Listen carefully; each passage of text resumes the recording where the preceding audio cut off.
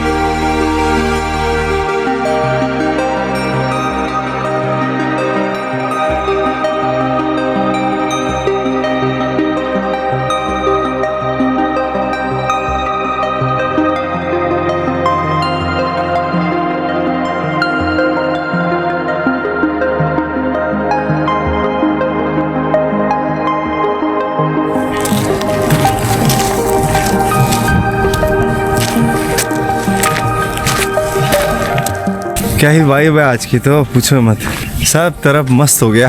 हालांकि ये बारिश बहुत लोगों को बीमार करेगी और वायरल आएगा अभी, तो लोग इन्फेक्टेड होंगे, लोगों को बुखार सर्दी जुकाम बहुत कुछ होगा।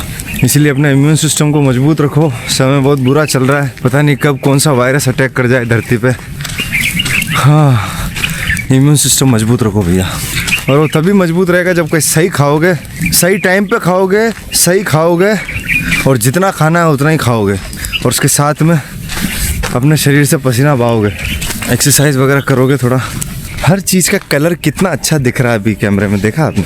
सारा कमाल लाइट का है। लाइट अभी एकदम बैलेंस है, और फिल्म इंडस्ट्री में इस तरह की लाइट के लिए वो करोड़ों रुपए खर्च करते हैं, तब जाके ऐसी लाइट मिलती है उनको, तब भी नहीं मिल पाती है। जो नेचुरल लाइट है उसकी तो कोई होड़ ही नहीं कर सकता। ये भी लाइट कितनी गजब है। सूर्यदेव आज मेरे हिसाब से दर्शन नहीं देंगे, क्योंकि बादलों में छुपे हुए हैं, बारिश के बादल हो रहे हैं। देखते हैं, वो बादलों के पीछे छुपे हुए हैं, उनकी आभा के कारण ही ये सारा कलर इतना मस्त तरीके से लाइट में पेड़ों से निखर के आ रहा है। और एकदम वॉश हो गए ना सारे पत्ते वगैरह, देखो ना पूरा जंगल धुल गया है। क्या है, मस्त लग रहा है यार। बहुत ही अद्भुत। दोस्तों कल जो बारिश आई वो आंधी और तूफान के साथ आई, तो काफ़ी पत्ते जो है ना पेड़ों ने छोड़ दिए हैं। ये देखो यहाँ पे भी काफ़ी गंदगी हो रही है। तो पहले अपन इसको साफ़ करते हैं, फिर उसके बाद भस्त्रिका करेंगे, फिर ओमकार का जाप करेंगे, ओमकार का जाप करेंगे, फिर आज्ञा चक्र पे बैठेंगे। दोस्तों आज हम, कल बर्थडे पे मेरे भाई ने मुझे गिफ्ट किया है, आकाश ने, मेरे चड्डी यार ने। हमारे बचपन की बहुत यादें जुड़ी हुई है, हम साथ में पढ़े हैं 4th से लेकर 10th तक। जब मेरे भाई की डेथ हो गई थी वो 10-12 साल का था उस टाइम। तो जब मैं स्कूल जाता था तो बहुत उदास रहता था, तो सबसे पहले आकाश ने मुझसे दोस्ती की थी। तो ये आकाश की तरफ से गिफ्ट है, कल बर्थडे पे उसने गिफ्ट किया।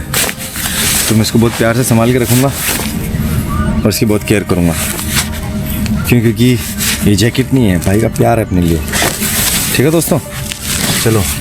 और हम प्रेम में गर्दन कटा दें, और अहंकार में, अहंकार की बात छोड़ो यार, अहंकार हमारे में, हमें हमारा अहंकार पिघलाना है। लेकिन भीतर का राक्षस भी तो जिंदा है, अभी पूरा मरा नहीं। वो उबक उबक के बाहर आ जाता है मौकों पे। क्रोध अपने आप में बहुत भयंकर ऊर्जा है। अगर इसको ट्रांसफॉर्म कर दिया जाए तो भगवान बुद्ध कहते हैं क्रोध की ऊर्जा जब परिवर्तित होगी तो वो करुणा में बदल जाएगी। और अगर क्रोध की ऊर्जा क्रोध में रही तो किसी की भी गर्दन कट सकती है, तुम भी मर सकते हो, दूसरे को भी मार सकते हो, भयंकर बेकार काम कर सकते हो। तो क्रोध की ऊर्जा को परिवर्तित करो। वैसे दोस्तों आपको नहीं लगता आज मैं काफ़ी अच्छा लग रहा हूँ, या कि ये इस माहौल का कमाल है? चलो भस्त्रिका करते हैं।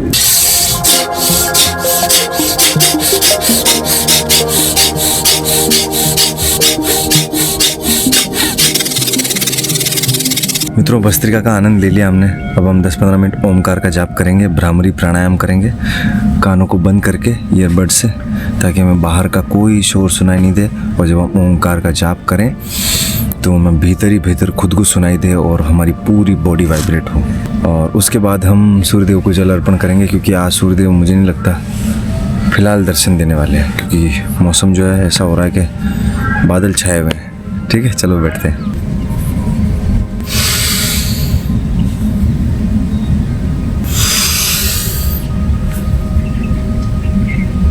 दोस्तों सूर्योदय तो हो चुका है, लेकिन सूर्यदेव हमें दिख नहीं रहे, तो आज हम जल अर्पण कर देते हैं पहले, फिर उसके बाद भ्रामरी करेंगे।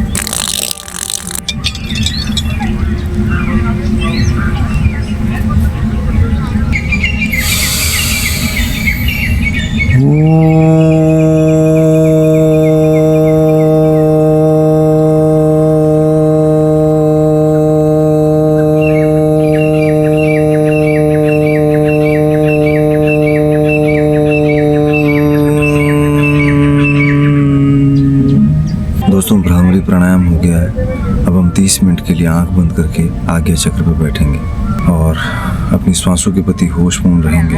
ये जो पूरा सिस्टम है दोस्तों, वो ये है कि आपकी जो श्वास है, मैंने पहले भी कहा, जैसे बच्चा कैसे झूला झूलता है, इस तरह से पूरी लयबद्ध होने लग जाती है और श्वास धीमी हो जाती है, बहुत धीमी।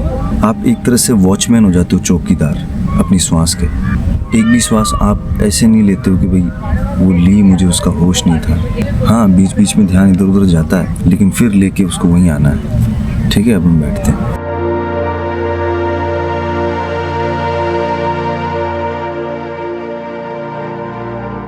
मित्रों 30 मिनट हम आज्ञा चक्र पर रहे। अब हम 30 मिनट माला जप करेंगे, चैंटिंग करेंगे।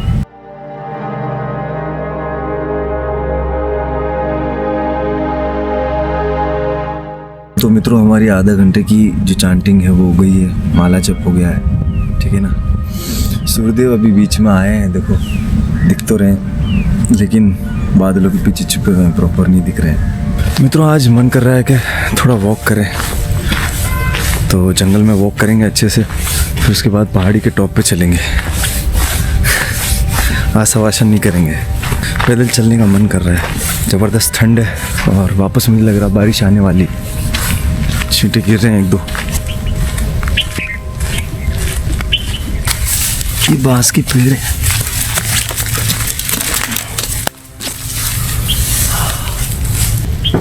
बारिश की छींटों की आवाज आएगी तुम्हें। दोस्तों ध्यान से सुनना, देखो बारिश गिर रही है।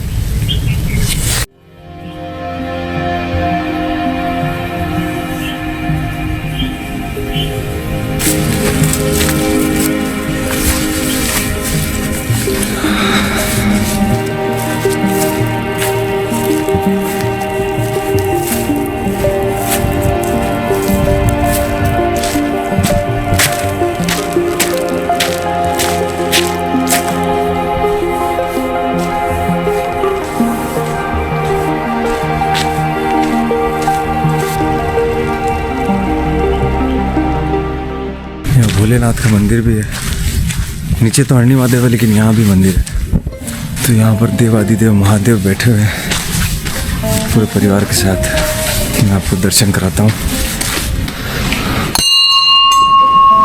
महादेव आपकी जय हो, भोले भंडारी आपकी जय हो, चंद्रमौली आपकी जय हो। पूरे शिव परिवार के साथ बैठे हैं, भोले बाबा का अद्भुत श्रृंगार हो रहा है।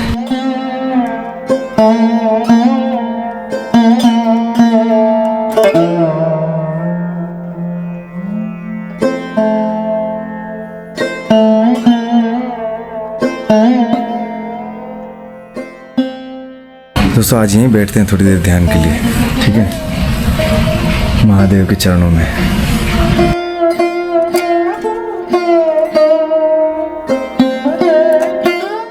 आधा घंटा हो गया, बारिश आ रही है और बारिश जो है वो बहुत ज़बरदस्त आ रही है। और ये जो मंदिर है अभी लगभग इसको 2-4 साल ही हुए हैं और इसका नाम है ओंकारेश्वर महादेव। मैं और शिवा हमेशा आते रहते हैं बहुत बार, तो अभी काफ़ी टाइम बाद आए हैं वापस। नमो पार्वती पति हर हर शंभु, जय जय शिव शंभु। महादेव आपकी जय हो, चंद्रमौली आपकी जय हो, पिनाकी हस्ताय आपकी जय हो, बाबा भोले भंडारी आपकी बारंबार जय हो। उमापति आपकी जय हो। नीलकंठ आपकी जय हो। ओमकारेश्वर महादेव आपकी जय हो। जय जय सिया राम। जय जय सिया राम। मैं दोस्तों पिछले 1 घंटे से यहाँ हूँ और बारिश रुक नहीं रही है, बहुत ज़बरदस्त आ रही है, लगातार आ रही है। 1 घंटे से यहीं हूँ मैं। बारिश बहुत अच्छी आ रही है, लेकिन ये बीमार करने वाली है लोगों को। लेकिन प्रकृति की मर्जी के आगे किसी की नहीं चलती है। प्रकृति अपने हिसाब से चलती है। देखो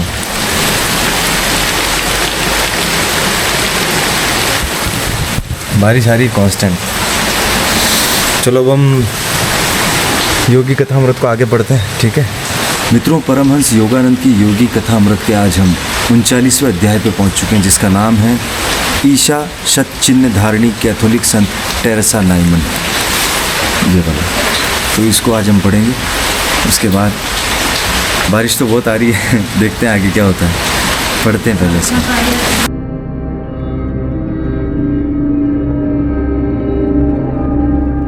मित्रों, योगी कथामृत में आज हमने पढ़ा, योगानंद जी कहते हैं कि उनके गुरुदेव का उनके पास ध्यान के अंदर टेलीपैथी के माध्यम से एक तीव्र मैसेज आया, भारत लौट आओ। 15 वर्षों तक मैंने धीरज के साथ तुम्हारी प्रतीक्षा की है। शीघ्र ही मैं शरीर त्याग कर अनंत धाम चला जाऊंगा। योगानंद चले आओ। योगानंद जी कहते हैं, एक दिन जब मैं माउंट वॉशिंगटन स्थित अपने आश्रम में ध्यान कर रहा था, आश्चर्यजनक रूप से मेरे गुरुदेव की आवाज़ मुझे अपने अंतर में सुनाई दी। 10,000 मील की दूरी को पलक झपकते ही पार कर उनका संदेश बिजली की भांति मेरे अंतर मन में प्रवेश कर गया। हाँ, मुझे एहसास हुआ ये सन 1935 है। मैंने अमेरिका में अपने गुरुदेव की शिक्षाओं का प्रसार करते हुए 15 वर्ष बिता दिए हैं। अब मुझे वापस वो बुला रहे हैं। थोड़ी देर बाद मैंने अपना यह अनुभव अपने एक प्रिय मित्र जेम्स जे लिन को बताया। प्रतिदिन क्रिया योग के अभ्यास से उनकी आध्यात्मिक उन्नति इतनी हो गई थी कि मैं प्राय लिन को संत लिन कहकर पुकारा करता था। उनमें तथा अनेक पाश्चात्यों में बाबा जी की उस भविष्यवाणी की पूर्ति देखकर मैं अत्यंत आनंदित होता हूँ कि प्राचीन योग मार्ग के माध्यम से पाश्चात्य जगत में भी ईश्वर साक्षात्कारी संत पैदा होंगे। योगानंद जी आगे कहते हैं कि श्री लिन ने उदारता पूर्वक मेरी यात्रा के व्यय का सारा भार उठाने का प्रस्ताव रखा। इस प्रकार पैसे की समस्या हल होते ही मैंने जहाज से यूरोप होते हुए भारत जाने की तैयारी की। मार्च 1935 में मैंने सेल्फ रियलाइजेशन फेलोशिप को चिरस्थायी बनाने के लिए उसे कैलिफोर्निया राज्य के कानून के अंतर्गत एनजीओ संस्था के रूप में पंजीकृत करा लिया। योगानंद जी आगे कहते हैं कि मेरे पास जो कुछ भी था वह सब अपनी पुस्तकों के सर्वाधिकारों सहित मैंने सेल्फ रियलाइजेशन फेलोशिप को दान कर दिया। दूसरी अधिकांश धार्मिक एवं शैक्षणिक संस्थाओं की तरह ही सेल्फ रियलाइजेशन फेलोशिप भी अपने सदस्यों व अन्य लोगों के दान पर चलती है। मैंने अपने शिष्यों से कहा, मैं वापस आऊंगा, अमेरिका को मैं कभी नहीं भूलूंगा। योगानंद जी आगे कहते हैं कि मैं न्यूयॉर्क से 9 जून 1935 को यूरोपा नाम के जहाज पर सवार होकर चल पड़ा। मेरे साथ 2 शिष्य थे, एक मेरे निजी सचिव श्री रिचर्ड राइट, दूसरी सिनसिनाटी की एक वृद्ध सी महिला मिस एटी ब्लेच। विगत सप्ताहों की अति व्यस्तता और भागदौड़ के बाद समुद्र यात्रा के शांतिपूर्ण दिन बड़े सुहावने लग रहे थे, पर यह शांति अल्पकालिक ही रही। आधुनिक जहाजों की तेज गति के कुछ खेदजनक पहलू भी हैं। मित्रों, आगे वे कहते हैं, इस तरह वो चलते चलते लंदन पहुंच गए। अन्य उत्सुक पर्यटकों की भांति हम लोग भी विशाल और प्राचीन महानगरी लंदन में घूमे। लंदन पहुंचने के दूसरे दिन मुझे कैंगस्टन हॉल में एक विशाल सभा को संबोधित करने का निमंत्रण मिला। इस सभा में व्याख्यान शुरू करने से पहले सर फ्रांसिस यग हस्बैंड ने लंदन के श्रोताओं को मेरा परिचय दिया। हमने सर लैरी हॉडर के अतिथि बनकर उनके स्कॉटलैंड की स्टेट में आनंद पूर्वक दिन बिताए। कुछ दिन बाद हम लोग इंग्लिश चैनल को पार कर यूरोप महाद्वीप पहुंचे। क्योंकि मैं बवेरिया की एक विशेष तीर्थ यात्रा करना चाहता था, मैंने विचार किया कि कॉर्नर्स थ्रू नाम की महान कैथोलिक संत टेरेसा नाइमन से मिलने का यह एकमात्र अवसर मुझे मिल सकता है। मित्रों, ये जो चैप्टर जिस ईसाई संत के ऊपर है जिनका नाम टेरेसा नाइमन था उनके ऊपर है, तो उनकी यहाँ बात हो रही है। कई वर्षों पहले मैंने टेरेसा नाइमन के बारे में एक आश्चर्यजनक लेख पढ़ा था। उस लेख में उनके बारे में जो जानकारी दी गई थी वह इस प्रकार थी। टेरेसा नाइमन का जन्म 1898 में गुड फ्राइडे के दिन हुआ था। जब वह 20 वर्ष की थी तब वह दुर्घटना में अंधी हो गई और साथ में उन्हें पक्षाघात भी हो गया था। द लिटिल फ्लावर नाम से सुविख्यात लीसो की संत टेरेसा की कृपा से 1923 में उनकी दृष्टि चमत्कारिक ढंग से वापस आ गई। बाद में टेरेसा नाइमन का पक्षाघात भी ठीक हो गया। 1923 से ईश्वर के प्रसाद रूम में चर्च से दिए जाने वाले छोटे से वेफर के अतिरिक्त टेरेसा नाइमन ने अन्न जल का पूर्ण परित्याग कर दिया था। मतलब वो सिंपल सा एक वेफर खाती थी और उसके अलावा कुछ भी नहीं खाती थी, वो अन्न जल का त्याग कर चुकी थी। 1926 में टेरेसा नाइमन के माथे पर, छाती पर तथा हाथ पैरों पर ईसा मसीह के पवित्र घाव प्रकट हो गए थे। सूली पर चढ़ाए जाने से पूर्व और सूली पर चढ़ाए जाने के दौरान ईसा मसीह को जो जो यातनाएं दी गई, उन सब यातनाओं को प्रति शुक्रवार अपने शरीर में अनुभव करती थी। टेरेसा नाइमन को केवल अपने गांव की सरल जर्मन भाषा ही आती थी, परंतु शुक्रवार के दिन इन अनुभवों के दौरान वह भावावेश में कुछ ऐसे वाक्यों का उच्चारण करती थी जिन्हें विद्वानों ने प्राचीन फिलिस्तीनी भाषा के रूप में पहचाना है। अपने इन दिव्य दर्शनों के दौरान उचित अवसरों पर वे हिब्रू या यूनानी भाषा में भी बोलती थी। चर्च के अधिकारियों की अनुमति से कई बार टेरेसा नाइमन को वैज्ञानिक निरीक्षण में भी रखा गया। प्रोटेस्टेंट जर्मन समाचार पत्र के संपादक डॉक्टर फ्रिज गार्लिक इस कैथोलिक पाखंडी का भंडाफोड़ करने के लिए कॉर्नर्स थ्रू गए थे, पर मन में श्रद्धा लिए लौट आए। उनको लगा था कि कोई पाखंडी औरत है, पर अंत में वे मन में श्रद्धा लिए लौट आए और उन्होंने पूर्ण श्रद्धा भाव के साथ उनका जीवन चरित्र लिख डाला। योगानंद जी आगे कहते हैं कि मैं हमेशा किसी न किसी संत से मिलने के लिए ललायित रहता था, चाहे वे पूर्व में रहूं या पश्चिम में। जब हम लोग 16 जुलाई को कॉर्नर्स थ्रू पहुंचे तो मैं आनंद से पुलकित हो उठा। बवेरियाई किसानों को हमारी फोर्ड कार, जिसको हम अमेरिका से अपने साथ लाए थे, और उसमें बैठे बैठे अलग प्रकार के लोगों, एक युवा अमेरिकन पुरुष, एक प्रौढ़ महिला और कोट के कॉलर के नीचे अपने लंबे केशों को दबाए एक श्याम वर्णी भारतीय को देखकर काफी कुतूहल हो रहा था। उनको, किनको? बवेरियाई किसानों को। उनको देखकर बहुत आनंद हो रहा था कि कौन लोग आ गए हमारे यहाँ पर। टेरेसा नाइमन का घर साफ सुथरा था। घर के पास ही स्थित पुराने कुएं के पास सुंदर से फूल खिल रहे थे, परंतु अफसोस घर बंद और सुनसान पड़ा था। पड़ोसियों और उस समय पास से गुजर रहे पोस्टमैन को भी कोई जानकारी नहीं थी कि टेरेसा नाइमन इस वक्त कहाँ है। इतने में वर्षा भी होने लगी। मेरे साथियों ने मुझे लौट चलने की राय दी, लेकिन मैंने दृढ़ता पूर्वक सबको मना कर दिया। जब तक टेरेसा नाइमन के पास पहुंचने का कोई ना कोई सूत्र मेरा हाथ नहीं लगता, मैं यहाँ से हिलने वाला नहीं हूँ। उस वक्त बहुत जबरदस्त बारिश होने लगी। 2 घंटे बाद भी जब वो बारिश नहीं रुकी और घनघोर वर्षा में हम अपनी कार में बैठे रहे, तो मैंने शिकायत भरा निश्वास छोड़ते हुए कहा, भगवान यदि उन्हें यहाँ होना ही नहीं था तो आप मुझे यहाँ लाए ही क्यों? इतने में एक अंग्रेजी भाषी व्यक्ति हमारे पास आकर खड़ा हो गया।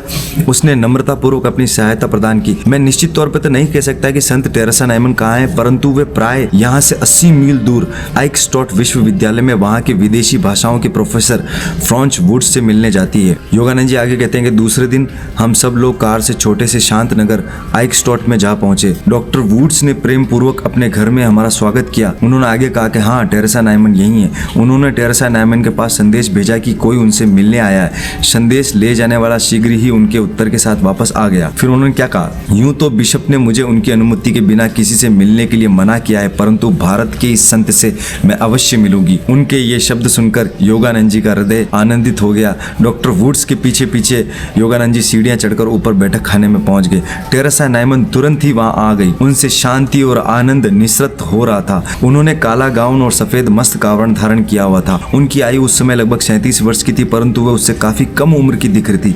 उनके चेहरे पर एक शिशु सुलभ मोहकता, उत्फुल्लता झलक रही थी। स्वस्थ सुगठित शरीर, गुलाबी गाल और आनंदी स्वभाव, और ये वो संत है जो सदा निराहार रहती हैं। टेरेसा नाइमन ने अत्यंत सौम्यता के साथ मुझसे हाथ मिलाया। एक दूसरे को ईश्वर प्रेमी के रूप में पहचानते हुए हम दोनों के मुखों पर मौन मिलन की मृदु मुस्कान खेल रही थी। डॉक्टर वुड्स ने कृपापूर्वक दुभाषी का काम किया, मतलब क्योंकि वो जर्मन भाषा जानती थी और इधर ये इंग्लिश और हिंदी में बात कर रहे थे। जब हम लोग बैठ गए तो मेरे ध्यान में आया कि टेरेसा नाइमन कुतूहल के साथ अपनी भोली भाली नजर से मुझे देख रही थी। स्पष्ट था कि बवेरिया में हिंदू कभी कभी दिखाई देते थे। योगानंद जी आगे टेरेसा नाइमन से पूछते हैं कि क्या आप कभी कुछ नहीं खाती? मैं स्वयं उनके मुख से सुनना चाहता था। नहीं, प्रतिदिन सुबह 6 बजे केवल एक होस्ट के अलावा मैं कुछ नहीं खाती। ये होस्ट कितना बड़ा होता है? वह आगे कहती हैं कि वह कागज के समान पतला और छोटे सिक्के के आकार का होता है। फिर उन्होंने आगे कहा, मैं उसे केवल ईश्वर के प्रसाद के रूप में लेती हूँ। यदि वो ईश्वर को अर्पण ना किया गया हो तो मैं उसे निगल नहीं पाती हूँ। आप केवल उसी पर 12 वर्षों तक तो जीवित नहीं रह सकती। योगानंद जी ने आगे कहा, मैं ईश्वर के प्रकाश से जीवित रहती हूँ। टेरेसा नाइमन आगे कहा। कितना सरल सा उनका उत्तर था, बिल्कुल आइंस्टाइन की तरह। मैं समझता हूँ आपको ये ज्ञान है कि आपके शरीर में प्राण शक्ति आकाश, सूर्य और हवा से आती है। तुरंत उनके चेहरे पर मुस्कुराहट खिल उठी। बड़ी खुशी हुई ये देखकर कि आप जानते हैं कि मैं कैसे जीवित रहती हूँ। आपका पवित्र जीवन ईसा मसीह द्वारा कहे गए उस सत्य वचन की अभिव्यक्ति करता है कि मनुष्य केवल अन्न से ही जीवित नहीं रहेगा, बल्कि ईश्वर के मुख से निकलने वाले प्रत्येक शब्द से जीवित रहेगा। मित्रों, वो जो होस्ट है ना, वो एक आटे का वेफर है जिसको वो खाती थी, पतले से कागजनुमा वेफर को, और सिक्के का आकार का होता था वो। उसका एक ही कोवा वो लेती थी और 12 साल से वो निराहार थी इस तरह से। फिर आगे वो कहती कि मेरे इस स्पष्टीकरण से वो पुनः खुश हो गई। मित्रों, आगे टेरेसा संत कहती हैं कि सचमुच ऐसा ही है। आज इस पृथ्वी पर मेरे जीवित रहने का एक कारण ये सिद्ध करना भी है कि मनुष्य केवल अन्न से नहीं बल्कि ईश्वर के प्रकाश से जीवित रहता है। क्या आप दूसरों को भी अन्न के बिना जीवित रखना सिखा सकती हैं? योगानंद जी ने ये प्रश्न उनसे किया। ऐसा प्रतीत हुआ कि इस प्रश्न से उन्हें कुछ आघात सा लगा। संत टेरेसा ने आगे कहा कि मैं ऐसा नहीं कर सकती, ईश्वर की ऐसी इच्छा नहीं है। जब मेरी दृष्टि टेरेसा नाइमन के मजबूत सुंदर हाथों पर पड़ी तो उनके प्रत्येक हाथ के पिछले हिस्से में बना हाल ही में भरा भरा एक एक वर्गाकार घाव मुझे दिखाई दिया। प्रत्येक हथेली पर भी हाल ही में भरा हुआ अर्धचंद्राकार घाव दिखाई दिया। इनमें से प्रत्येक घाव हाथ के आर पार था। ये दृश्य देखकर मुझे लोहे की चौकोर लंबी लंबी कीलों का स्मरण हुआ जिनका सिर अर्धचंद्राकार होता है। इन कीलों का पौर्वत्य देशों में अभी भी उपयोग होता है, पर पश्चिम में कहीं मैंने ऐसी कीलें नहीं देखी। पौर्वत्य देश मतलब यूरोपीय देशों की बात हो रही है। मित्रों, टेरेसा नाइमन के शरीर में इतने घाव होने के बावजूद वह सतत सक्रिय और उत्साह से भरपूर रहती थी और वो केवल रोजाना 1 या 2 घंटे ही सोती थी। वह जलाशय की मछलियों की भी देखभाल करती थी और प्राय अपने बगीचे में काम करती रहती थी।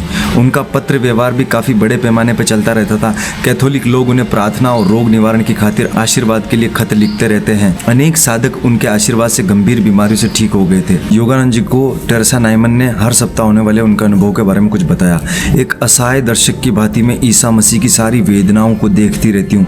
प्रत्येक सप्ताह गुरुवार को मध्य रात्रि से लेकर शुक्रवार को दोपहर 1 बजे तक के लिए उनके घावों के मुंह खुल जाते हैं और उनसे रक्त बहता रहता है। इस प्रक्रिया में उनके 121 पाउंड के वजन से लगभग 10 पाउंड वजन कम हो जाता है। अपने सहानुभूति पूर्ण प्रेम में अत्यंत तीव्र यातना सहते हुए भी टेरेसा नाइमन अपने प्रभु के इन साप्ताहिक दर्शनों की आतुरता से प्रतीक्षा करती रहती थी।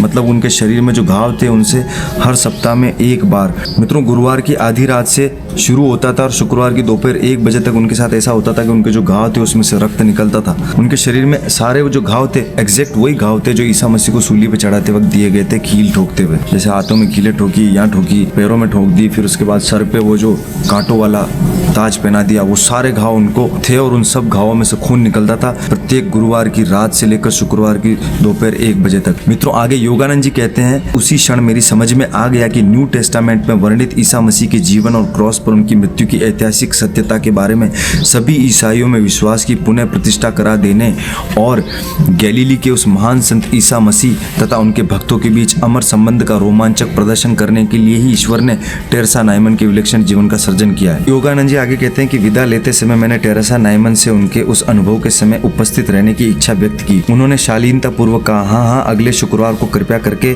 कॉर्नर्स थ्रू आइए, बिशप आपको अनुमति दे देंगे। मुझे बहुत खुशी है कि आप मुझसे मिलने यहाँ आइक्सटॉट तक आए। टेरेसा नाइमन ने हाथ मिलाकर कई बार हाथ हिलाया और हम लोगों को बाहर छोड़ने गेट तक आई। श्री राइट ने कार का रेडियो चालू कर दिया। टेरेसा नाइमन उत्साह के साथ हंसते हुए उसे चारों ओर से देखने लगी। वहाँ बच्चों की इतनी भीड़ जमा हो गई कि टेरेसा नाइमन फिर से घर के अंदर चली गई। हमने उन्हें एक खिड़की में खड़े देखा। वहाँ से वे हमारी ओर देखकर बच्चों की तरह हाथ हिला रही थी। इसके बाद योगानंद जी वहाँ से निकल गए और फिर अगले दिन शुक्रवार को उस अनुभव को देखने के लिए वो वहाँ पहुंचे। योगानंद जी आगे कहते हैं कि हम कॉर्नर्स थ्रू में शुक्रवार को सुबह करीब 9:30 बजे पहुंचे। मैंने देखा कि टेरेसा नाइमन के घर की छत के कुछ हिस्से में शीशा लगा हुआ था ताकि उन्हें भरपूर प्रकाश उपलब्ध हो। ये देखकर हमें खुशी हुई कि इस बार घर का दरवाजा बंद नहीं था बल्कि शहर से स्वागत करने के अंदाज में पूर्ण खुला हुआ था। हम लगभग 20 अन्य लोगों की कतार में खड़े हो गए।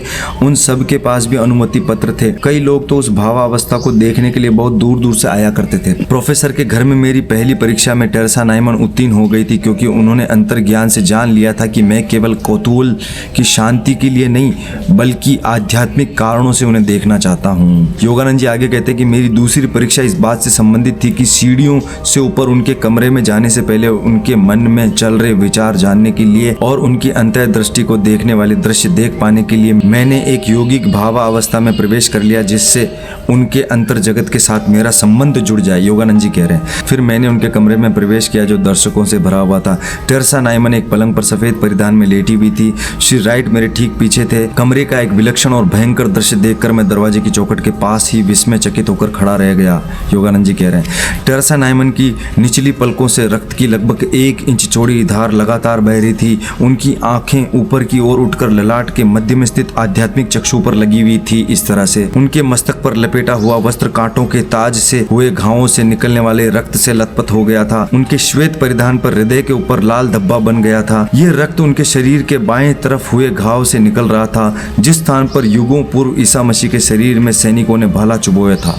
ठीक उसी स्थान पर। टेरेसा नाइमन के दोनों हाथ मात्र करुणा के आग्रही भाव में ऊपर उठे हुए थे। उनके चेहरे पर यातना की छाया और दिव्य आभा दोनों दिखाई पड़ रही थी। उनका शरीर पहले से काफी दुबला दिखाई दे रहा था और वह आंतरिक तथा बाह्य कई कारणों से सूक्ष्म परिवर्तनों से युक्त प्रतीत हो रहा था। वह धीरे धीरे किसी विदेशी भाषा से अस्पष्ट सा कुछ बोल रही थी। उनकी अतीन्द्रिय दृष्टि में दिखने वाले लोगों से वे किंचित कांपते हुए होठों से बोल रही थी। चूंकि मैंने पहले ही उनकी चेतना के साथ अपना अंतर संबंध जोड़ लिया था, अतः मुझे वह सब दिखाई देने लगा जो उन्हें दिख रहा था। वे ईसा मसीह को उनका उपवास करती भीड़ के बीच से लकड़ी का क्रॉस उठाए जाते देख रही थी। अचानक व्याकुल होकर टेरेसा नाइमन ने अपना सिर ऊपर उठाया, क्योंकि ईसा मसीह नीचे गिरकर क्रॉस के भारी वजन के नीचे दब गए थे। इसी की वजह से वह दृश्य लुप्त हो गया। प्रचंड करुणा और खेद के वेग से क्लांत होकर टेरेसा नाइमन तकिए पर निढाल हो गई। उसी समय मुझे अपने पीछे धड़ाम से कुछ गिरने की आवाज सुनाई दी। एक पल के लिए पलटकर देखा तो चित अवस्था में एक शरीर को उठाए दो आदमी बाहर ले जा रहे थे। योगानंद जी आगे कहते हैं कि परंतु उस समय मैं अपनी अधिचेतन भावावस्था से बाहर नहीं आ रहा था, इसलिए धराशायी हुए उस व्यक्ति को पहचान नहीं सका। फिर मैंने अपनी दृष्टि टेरेसा नाइमन के चेहरे पर स्थित की। रक्त धाराओं में डूबा वह चेहरा मुर्दे के समान पीला पड़ गया था, परंतु अब उस पर शांति की छाया थी और पवित्रता उससे निस्सृत हो रही थी। बाद में मैंने अपने पीछे की ओर दृष्टि दौड़ाई तो देखा कि श्री राइट अपने गाल पर हाथ दबाए खड़े हैं और उनके गाल से रक्त निकल रहा था। मैंने चिंतित होकर पूछा, डिक क्या तुम गिर पड़े थे? हाँ, वह भयावह दृश्य देखकर मुझे चक्कर आ गया था, श्री राइट ने कहा। मैंने सांत्वना देते हुए कहा, खैर फिर से आकर वही दृश्य देखने का साहस तुम में है। मित्रों, योगानंद जी आगे कहते हैं कि और भी दर्शनार्थी हमारे पीछे कतार में खड़े थे, अतः श्री राइट और मैं मन ही मन टेरेसा नाइमन से विदा लेकर उनकी उपस्थिति से पवित्र हुए उस स्थान से बाहर आ गए। वो वहां से निकल गए। फिर दूसरे दिन हम लोग दक्षिण की ओर निकल पड़े। हमें इस बात की खुशी थी कि हमें ट्रेनों पर निर्भर नहीं रहना पड़ रहा था। हम गाँवों में जहाँ चाहे अपनी फोर्ड कार से जर्मनी, हॉलैंड, फ्रांस तथा स्विट्जरलैंड के एल्प्स पर्वतों की यात्रा करते हुए हमने यात्रा के एक एक पल का पूरा आनंद लिया। इटली में हम लोग विनम्रता की साक्षात मूर्ति असीसी के सेंट फ्रांसिस का दर्शन करने के लिए विशेष रूप से गए। योगानंद जी आगे कहते कि हमारी यूरोप यात्रा यूनान में आकर समाप्त हुई। यूनान में हम लोगों ने एथेनियन मंदिरों के दर्शन किए और वह कारागार भी देखा जहाँ सुकरात ने विषपान किया था। यहाँ प्राचीन यूनानियों ने जिस प्रकार हर कहीं सफेद पत्थर में कलाकृति करते हुए अपनी अद्भुत कल्पनाओं को साकार रूप दिया है, उसे देखकर मन उनकी प्रशंसा किए बिना नहीं रह सकता। यूनान से हम लोग जहाज पर सवार हुए और भूमध्य सागर को पार कर फिलिस्तीन में उतर गए। फिलिस्तीन की पवित्र भूमि में कई दिनों तक रोज भ्रमण करते हुए तीर्थ यात्रा के महत्व का मुझे और भी अधिक एहसास हो गया।